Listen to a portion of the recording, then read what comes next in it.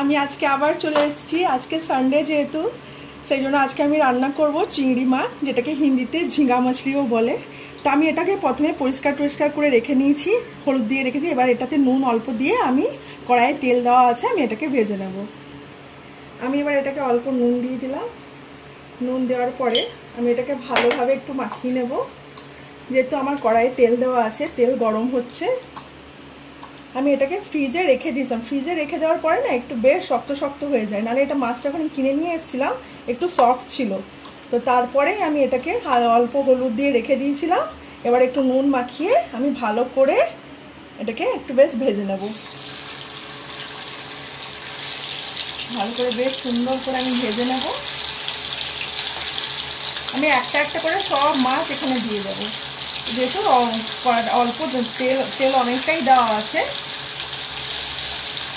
আর এখানে আমার বেশি মাছ না, বেশ 1 পোয়া মতন মাছ আছে, যেটা আমি কিনেছিলাম। আমি কালকে কিনেছিলাম, তারপরে ওটাকে ডিপ ফ্রিজে রেখে দিয়েছিলাম। যেহেতু আজকে সানডে, সবাই বাড়িতে আছে, সেই জন্য আমি ভাবলাম আজকেই রান্না করব। আমি একে করে সব আমি দিয়ে দিলাম। এটা আবার ভাজা, চিংড়ি মাছ খুব তাড়াতাড়ি ভাজা হয়ে যায়। এবার যেহেতু চিংড়ি মাছটা ভাজা হচ্ছে, এবার আমি মশলা কিছু নেব, যেখানে আমি এখানে দিয়ে দেবো যেখানে কী কী মশলা লাগবে। সবথেকে প্রথমে আমি এখানে দেবো অল্প জিরে, তারপরে আমি এখানে দেব রসুন, অল্প দিয়ে দেবো রসুন। তারপর আমি এখানে দিয়ে দেবো পেঁয়াজ, একটা গোটা পেঁয়াজকে কুচি করে আমি রেখেছি। তারপরে আমি এখানে দিয়ে দেবো টমেটো। আমি সব এখানের মধ্যে সব দিয়েই আমি মিক্স করে পুরো বেটে নেবো এটাতে, যাতে আমার আলাদা করে আবার কিছু করতে হবে না। আমি যেহেতু এখানে পুরোপুরি মিক্স করেই আমি বেটে নেবো। আর আমি আগের থেকে না কাজু ভিজিয়ে রেখেছিলাম। আমি এখানে বেশি কাজু দেবো না, 4 থেকে 5টা কড়া, যাতে বেশি কাজু দিলে খুব রিচ হয়ে যায়। আমি এই জন্য আমি আগের থেকেই ভিজিয়ে রেখেছিলাম। আমি এখানে কাজু রেখে দিলাম, আর একটা কাঁচা লঙ্কা। এবার আমি পরে আবার কাঁচা লঙ্কা অ্যাড করবো, যেহেতু এখানে মিক্সের আমি মশলাটা বাটার জন্য যতটা প্রয়োজন, সে যেভাবে আপনাদেরকে যতটা ঝাল দরকার সেভাবে ঝাল দেবেন। মাছটা দেখুন, খুব বললাম না খুব তাড়াতাড়ি এইসব মাছ ভাজা হয়ে যায়। ব্যাস একবার উলটপালট করে দেবো, দিয়ে এটাকে নামিয়ে নেবো। কারণ এটাকে বেশি ভাজলে না এর থেকে সব জুস বেরিয়ে যায়, তাহলে আমি বেশি ফ্রাই করবো না। অল্প বেশ একটু হয়ে গেলে আমি এটাকে নামিয়ে নেবো, নাহলে বেশি যদি আমি। হ্যাঁ, মাছ আমার দেখুন রেডি হয়ে আসছে। এবার আমি উঠিয়ে নেবো মাছকে। আর আমার মশলাও রেডি হয়ে গেছে, যেটা আমি মিক্স করে বাটলাম, পেস্টটা আমার রেডি হয়ে গেছে। এবার নেক্সট আমি যা দেবো সেটা আমি ইউজ করবো। আমি এখানে আর তেল অ্যাড করবো না, যেহেতু আমি আগের থেকে অনেকটাই তেল দিয়ে দিয়েছিলাম। এরপর আমি কিছু ফোড়ন দেবো। এখানে কালো জিরে, লবঙ্গ আর দালচিনি আছে, যেটা আমি এখানে দিয়ে দিলাম। কালো জিরে আপনারা দিতে পারেন, না দিতেও পারেন, কিন্তু আমার কালো জিরের ফ্লেভারটা না খুব ভালো লাগে। এবার তেজপাতা দিয়ে দিলাম।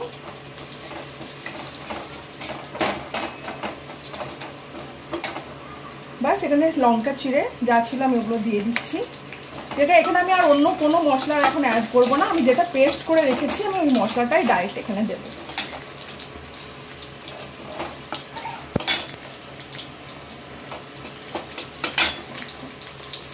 এবার আমি এখানে অল্প একটু হিং দিয়ে দিচ্ছি, কারণ হিংটা দিলে বেশ মাছটার টেস্টও আছে এবং আমাদের ডাইজেস্ট সিস্টেমও ঠিক থাকে, সেই জন্য রেখেছিলাম। এবার আমি যে মশলাটা পেস্ট করে রেখেছিলাম ওটা আমি এবার ঢেলে দেবো।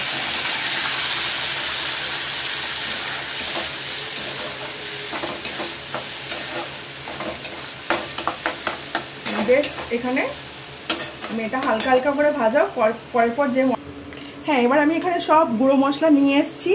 এটা হচ্ছে ধনে পাউডার, এটা হচ্ছে ফিশ মশলা, জিরে পাউডার, গরম মশলা আর হলুদ। আমি এগুলো সব এখানে অ্যাড করে দেব।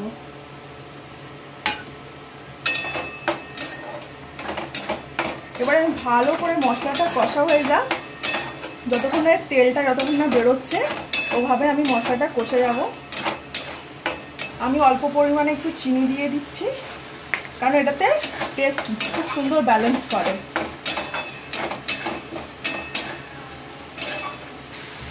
মশলাটা কষা হয়ে গেছে, বেশ সুন্দরভাবে ভাজা হয়ে গেছে। এরপর আমি এখানে ফিশটা অ্যাড করে দেব। এরপরে মশলার সাথে ফিশটাকে আবার আমি কষে নেব ভালো করে। খুব ভালোভাবে দেখুন কষা হয়ে গেছে একদম। এবার যে মশলার জলটা ছিল আমি ওটা এখানেই অ্যাড করে দেব।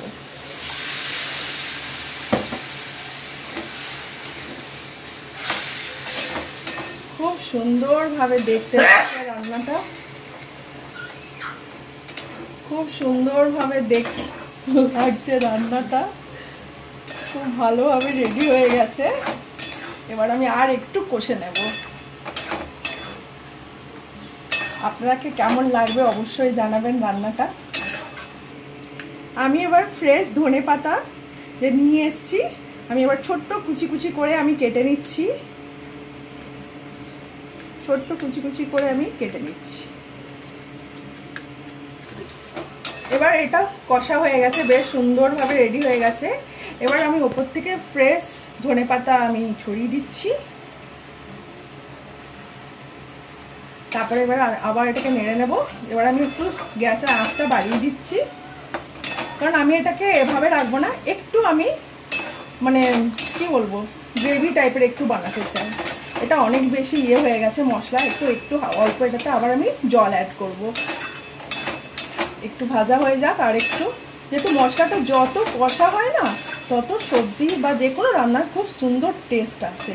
আর বিশেষ করে চিংড়ি মাছ সবার জন্য খুব প্রিয়, সবাই খুব পছন্দ করে। দেখুন কীভাবে কি সুন্দরভাবে রান্না হয়ে গেছে। আমি আবার অল্প জল একটু অ্যাড করলাম এটাতে। এবার ভালো করে এটাকে ফুটিয়ে নিচ্ছি। এবার আমি বেশিক্ষণ আর ফোটাবো না, আমার রেডি হয়ে গেছে, আমার মাছের তরকারি রেডি হয়ে গেছে। এবার আমি এটাকে নামিয়ে নেব।